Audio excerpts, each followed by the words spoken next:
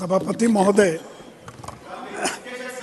मैं सबसे पहले देश के प्रधानमंत्री श्री नरेंद्र मोदी जी को धन्यवाद देना चाहूँगा, जिन्होंने पूर्व प्रधानमंत्री श्री पीवी नरसिम्हा राव, श्री चौधरी चरण सिंह, स्वर्गीय चौधरी चरण सिंह और MS स्वामीनाथन को भारत रत्न देने का फैसला किया। Let him speak, please. Please take your seat.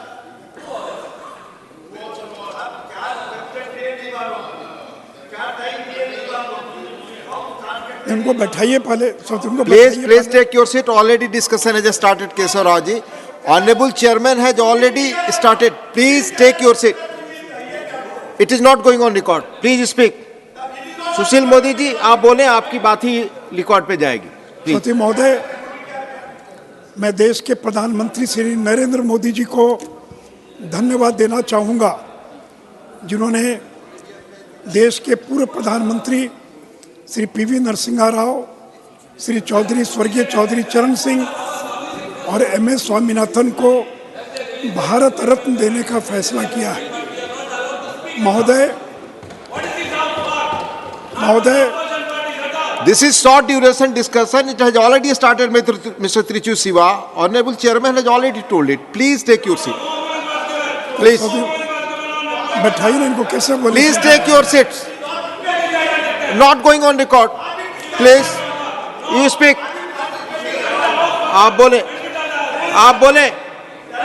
इनको हाउस को ऑर्डर में लाइए। मैं आग्रह कर रहा हूं, ऑलरेडी ये डिस्कशन शुरू हो चुका है। Short duration discussion on white paper.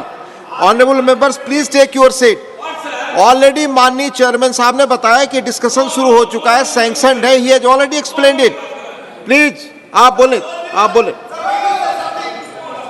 बोले माननीय सती महोदय, स्वर्गीय चौधरी चरण सिंह केवल 27 दिनों के लिए देश के प्रधानमंत्री रह पाए।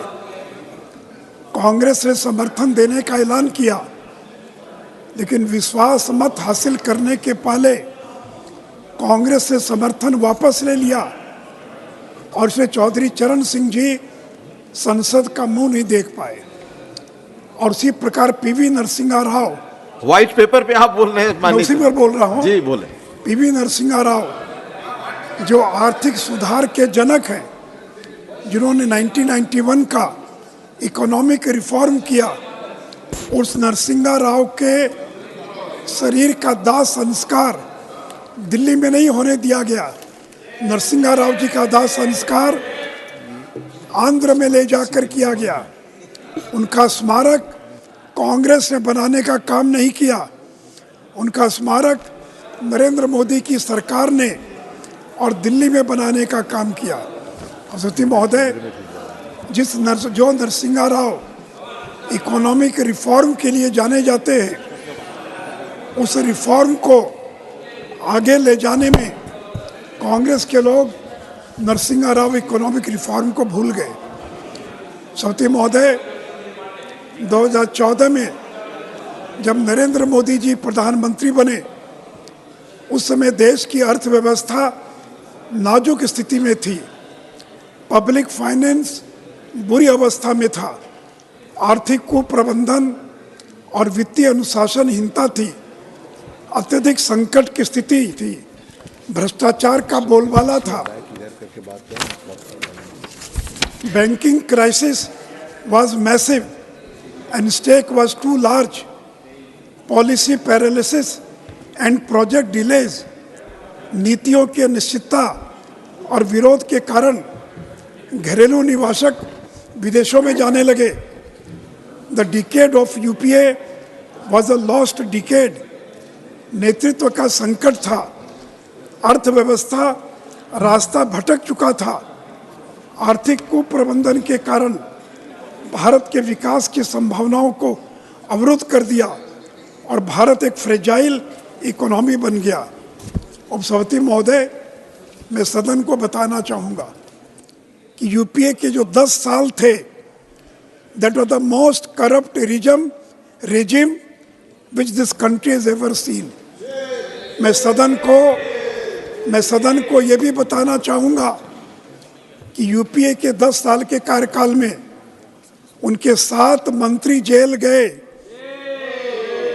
डॉक्टर ए रजा, दयानिधि मारन, सुरेश कलमडी, पवन कुमार बंसल, अश्विनी कुमार, वीरभद्र सिंह, अशोक चौहान, ये 7 लोग जो यूपीए सरकार में मंत्री थे, उनको इस्तीफा देना पड़ा और उनको जेल जाना पड़ा।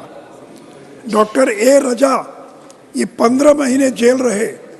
सुरेश कलमडी जो कॉमनवेल्थ गेम्स के ऑर्गेनाइजिंग कमेटी के चेयरमैन थे, 10 महीने तिहाड़ जेल में रहे। अशोक चौहान जो महाराष्ट्र के मुख्यमंत्री थे, आदर्श हाउसिंग सोसाइटी घोटाले में जो कारगिल के वार विडोज के लिए जो फ्लैट्स बने थे वो सिविलियंस को देने का काम किया। दयानिधि मारन और उनके भाई कलानिधि मारन 2G स्कैम के अभियुक्त थे, इनको भी कैबिनेट से इस्तीफा देना पड़ा। श्री पीके बंसल, इनको रेल मंत्री से इस्तीफा देना पड़ा। इनका भतीजा विजय सिंगला 90 लाख रुपया और रिश्वत लेते हुए और पकड़ा गया। लॉ मिनिस्टर अश्विनी कुमार, इनको इस्तीफा देना पड़ा क्योंकि कोल ब्लॉक स्कैम में सीबीआई जांच में हस्तक्षेप कर रहे थे। डॉक्टर वीरभद्र सिंह जो एमएसएमई के यूनियन मिनिस्टर थे, हिमाचल प्रदेश में विजिलेंस का मुकदमा दर्ज हुआ और उनको इस्तीफा देना पड़ा। शशि थरूर जो एक्सटर्नल अफेयर्स के स्टेट मिनिस्टर थे, आईपीएल टीम कोची के विवाद में उनको इस्तीफा देना पड़ा। तो सभापति महोदय, ये थी यूपीए की सरकार जिनके 7 मंत्रियों को भ्रष्टाचार के आरोप में या तो जेल जाना पड़ा और इस्तीफा देना पड़ा। सभापति महोदय, मैं जानना चाहता हूं कि नरेंद्र मोदी की सरकार को 10 साल हो गया, एक भी मंत्री पर कोई भ्रष्टाचार का आरोप नहीं लगा। प्रधानमंत्री पर कोई भ्रष्टाचार का आरोप नहीं लगा। राफेल का मुद्दा उठा, अडानी का मुद्दा उठा, कहा कि चौकीदार चोर है, सुप्रीम कोर्ट में माफी मांगनी पड़ी। और सभापति महोदय, ऐसी सरकार 10 साल तक सरकार में रहे और नरेंद्र मोदी जी लंबे समय तक गुजरात के मुख्यमंत्री थे, एक भी आरोप भ्रष्टाचार का नहीं लगा। और दूसरी ओर यूपी की सरकार, सभापति महोदय, कोयला ब्लॉक आवंटन, ये कोल ब्लॉक आवंटन में इन्होंने नियम बना दिया, पहले आओ पहले पाओ। ऐसा भी कोई नियम है दुनिया में कि जो पहले आएगा उसको कोयले का कैप्टिव माइंस मिल जाएगा? सीएजी के अनुसार 1,86,000 करोड़ का नुकसान हुआ। सुप्रीम कोर्ट ने 2014 में ऐसे आवंटन को रद्द कर दिया। 47 मामलों में फाइनल रिपोर्ट सबमिट हो गई, 14 में अभियुक्त को सजा हुई है। और दूसरी ओर जब नरेंद्र मोदी प्रधानमंत्री बने तो कोयले का ट्रांसपेरेंट तरीके से ऑक्शन हो रहा है, कोयले का रिकॉर्ड उत्पादन हुआ है।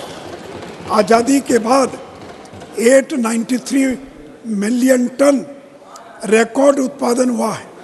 2014 की तुलना में 57.8% उत्पादन में वृद्धि हुई है। सभापति महोदय, कोयले के कारण जो भारत पावर डेफिशिएंट था, India is become power sufficient country. 2014 के बाद 1,96,000 मेगावाट जनरेशन कैपेसिटी का इजाफा हुआ है। ग्रामीण क्षेत्रों में जहाँ पहले 12 घंटे बिजली थी, अब 20 घंटे बिजली मिल रही है। और अर्बन क्षेत्रों में 23.8 घंटे बिजली मिल रही है। सती महोदय, 2G स्कैम कौन नहीं जानता है? 1,76,000 करोड़ का घोटाला हुआ। जो पोटेंशियल रेवेन्यू लॉस है वो 1,76,000 करोड़ है। नरेंद्र मोदी की सरकार बनी। Please take your seat, please आप बोले। सौते महोदय, nothing is going on record, let spectrum him का स्पीक ऑप्शन प्लीज। पारदर्शी तरीके से हुआ है। 5G को दुनिया में सबसे फास्टेस्ट तरीके से रोल आउट किया गया। आज देश के 98% गांव में 5G और 4G पहुंच चुका है। और सती महोदय, जहां यूपी के ज़माने में 2G स्कैम हुआ, वहां 5G के कारण 3 लाख करोड़ सभी टेलीकॉम सर्विस प्रोवाइडर को ग्रॉस रेवेन्यू प्राप्त हुआ है। तो बताई नहीं। तो 5G के स्पेक्ट्रम ऑक्शन से सरकार को 1.5 लाख करोड़ का फायदा हुआ है। सत्य महोदय, UPA decade was a lost decade for telecom. BSNL को बर्बाद कर दिया इन लोगों ने। BSNL जो 2004 में $6 बिलियन की कंपनी थी, 2014 में वो लॉस मेकिंग कंपनी में बदल गई। और जब नरेंद्र मोदी की सरकार बनी तो BSNL को रिवाइव करने के लिए 3.22 लाख करोड़ 3 पैकेज हमारी सरकार ने देने का काम किया। और आज BSNL का रिवाइवल हो चुका है। सौती महोदय, कॉमनवेल्थ गेम्स 12 दिन का गेम था और जिसमें 70,000 करोड़ का घोटाला हुआ। और भारत में G20 हुआ, 1300 करोड़ खर्च हुए, पूरे देश में कार्यक्रम हुआ, लेकिन एक भी कहीं कोई गड़बड़ी नहीं हुई। सौती महोदय, हेलीकॉप्टर खरीद में ऑगस्टा वेस्टर्न घोटाला, हॉक एयरक्राफ्ट परचेज घोटाला, पायलटस बेसिक ट्रेनर एयरक्राफ्ट घोटाला। सती महोदय, नौकरी में रेलवे की नौकरी के बदले जमीन लिखवाने का काम। सती महोदय, मैं केवल भ्रष्टाचार पर अगर बोलता चलूं तो इनकी सरकार हिंदुस्तान में आज़ादी के बाद सबसे भ्रष्ट सरकार कोई थी तो यूपी की सरकार थी। सभापति महोदय, बैंकों को इन लोगों ने बर्बाद कर दिया। अर्थव्यवस्था में बैंकिंग की सबसे बड़ी भूमिका है। जब अटल बिहारी वाजपेयी 2004 में पदमुक्त हुए, उस समय अटल बिहारी वाजपेयी ने एक अच्छी अर्थव्यवस्था सौंप कर गए थे। सभापति महोदय, 99 के अंदर सितंबर 2013 में यूपीए सरकार में जो NPA था वो 12.3% पहुंच गया। और कॉमर्शियल लैंडिंग में राजनीतिक हस्तक्षेप होने लगा। और मार्च 2004 में जहां ग्रॉस एडवांस 6.6 लाख करोड़ था, वो 8 साल में बढ़कर 39 लाख करोड़ हो गया। सौती महोदय, 6.6 लाख करोड़ से बैंकों का लोन बढ़कर 39 लाख करोड़ हो गया।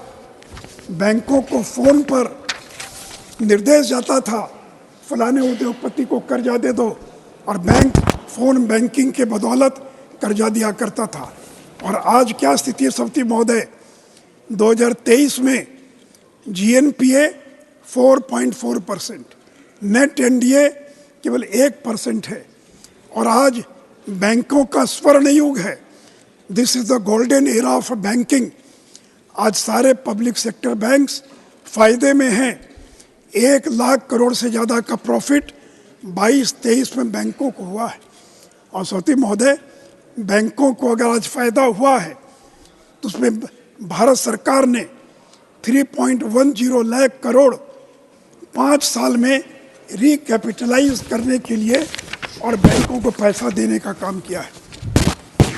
सभापति महोदय, इन लोगों को मौका मिला आर्थिक सुधार करने का। नरसिंहा राव का नाम लेते हैं, लेकिन 2004 के बाद एक भी आर्थिक सुधार इन लोगों ने नहीं किया।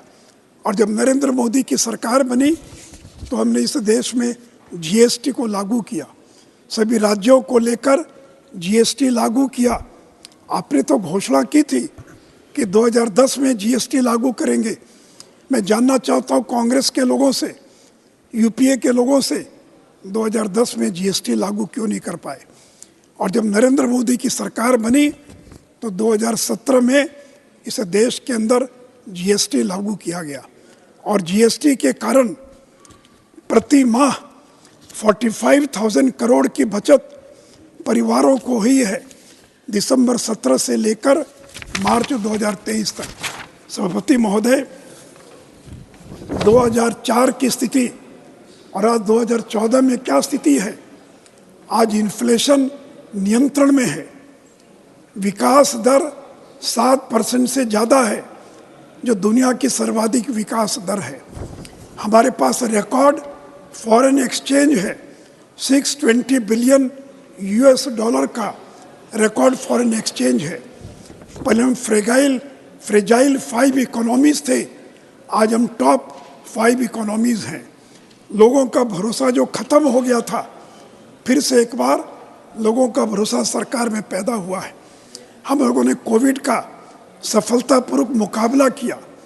हम लोगों ने सरकारी योजनाओं में छिटपुट लाभ नहीं बल्कि सैचुरेट करने का काम किया। सभापति महोदय, आज डिजिटल पेमेंट में हम वर्ल्ड लीडर हैं। हमने डिजिटल क्रांति की है, खुले में शौच से देश को मुक्त किया है, मेड इन इंडिया का कोविड का टीका बनाकर पूरी आबादी का टीकाकरण किया है और ये हमारी उपलब्धियां आज देश के लिए मील का पत्थर साबित होगी। सभापति महोदय, 2004 और अब में क्या फ़र्क है महोदय? इन्फ्लेशन तब 8.2% था, आज इन्फ्लेशन 5% है। इलेक्ट्रॉनिक एक्सपोर्ट्स उस समय $7.6 बिलियन था, आज प्रशांत रो भैया। इलेक्ट्रॉनिक एक्सपोर्ट्स 7.6 बिलियन था, आज 22.7 बिलियन है। एफडीआई तब 305 बिलियन यूएस डॉलर था, आज 596 बिलियन यूएस डॉलर है। तब स्टार्टअप्स 350 थे, आज स्टार्टअप्स 1,17,257 है।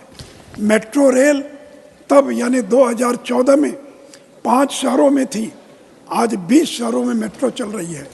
महोदय, एनएच का निर्माण उनके 10 साल में 25,000 किलोमीटर हुआ और नरेंद्र मोदी के 10 साल में 55,000 किलोमीटर एनएच का निर्माण हुआ। महोदय, उनके कार्यकाल में एनएच निर्माण की गति 12 किलोमीटर प्रतिदिन थी और नरेंद्र मोदी के कार्यकाल में it has increase from 12 kilometre to 29 kilometre per day. महोदय, रेल दुर्घटना उनके समय में 233 और नरेंद्र मोदी जी के समय में it is increase from 233 to only 34। रेल का इलेक्ट्रिफिकेशन उनके ज़माने में 22,000 किलोमीटर और हमारे 10 साल में 60,000 किलोमीटर और इलेक्ट्रिफिकेशन हुआ है। एयरपोर्ट की संख्या उनके समय में 74 थी, आज 149 है। सभापति महोदय, टोल प्लाजा पर वेटिंग लाइन उनके समय में 12 मिनट टोल प्लाजा पर इंतज़ार करना पड़ता था, आज केवल 47 सेकंड टोल प्लाजा पर इंतज़ार करना पड़ता है। मोबाइल ब्रॉडबैंड के सब्सक्राइबर उनके समय में 6 करोड़ थे, आज नरेंद्र मोदी के समय में 24 में 90 करोड़ हैं। मंथली डेटा आपके समय में 2 मिनट और कंक्लूड 2 मिनट आपकी पार्टी के वो समय से और ये समय जाएगा फिर। 1 मिनट और। मंथली डेटा 0.06 GB प्रति माह आपके समय में और हमारे समय में 20 GB डेटा प्रति माह प्रति व्यक्ति आज खर्च हो रहा है। डेटा का टैरिफ 270 रुपया पर GB था आपके समय में और आज क्या है 10 रुपया पर GB। मेडिकल कॉलेज 387 था, आज 706। मेडिकल कॉलेज में सीट 51,000 थी, आज 1,08,000 मेडिकल कॉलेज में सीट है। नंबर ऑफ यूनिवर्सिटीज़ 676 थी, आज 1,168 है। महोदय, नंबर ऑफ LPG कनेक्शन आपके समय में 14 करोड़ था, आज 31 करोड़ है। Number of PNG connection 22 lakh था, आज 1 करोड़ 19 लाख है। ग्रामीण क्षेत्रों में बिजली पहले 12 घंटे थी, आज 20 घंटे से ज़्यादा बिजली है। Number of tap water connection 3.2 crore था, आज 13.8 करोड़ है। और अंत में सभापति महोदय, total number of DBT beneficiary उनके समय में 10 करोड़ था और आज 166 करोड़ है। सभापति महोदय, अगर हम 10वें नंबर से अगर 5वें नंबर पर पहुंचे हैं तो बड़ी मेहनत करनी पड़ी है, तूफान से किस्ती को निकाल कर लाए हैं। और हम विश्वास प्रकट करते हैं जब तीसरी बार नरेंद्र मोदी प्रधानमंत्री बनेंगे तो भारत दुनिया की तीसरी सबसे बड़ी अर्थव्यवस्था बनेगा। धन्यवाद। धन्यवाद माननीय सुशील मोदी जी।